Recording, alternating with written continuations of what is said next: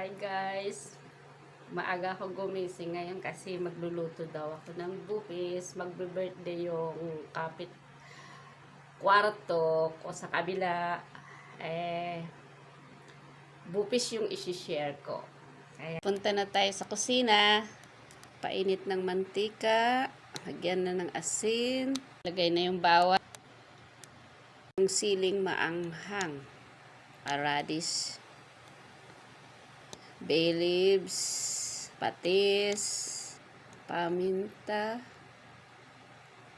tsaka baga ng baka. Haluan mabuti. Takpan muna 2 minutes.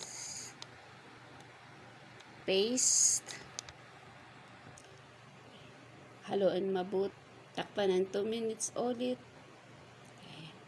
Sweetie tsaka calderita mix.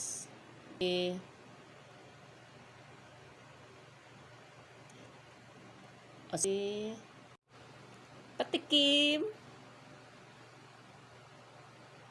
Delicious. Perfect.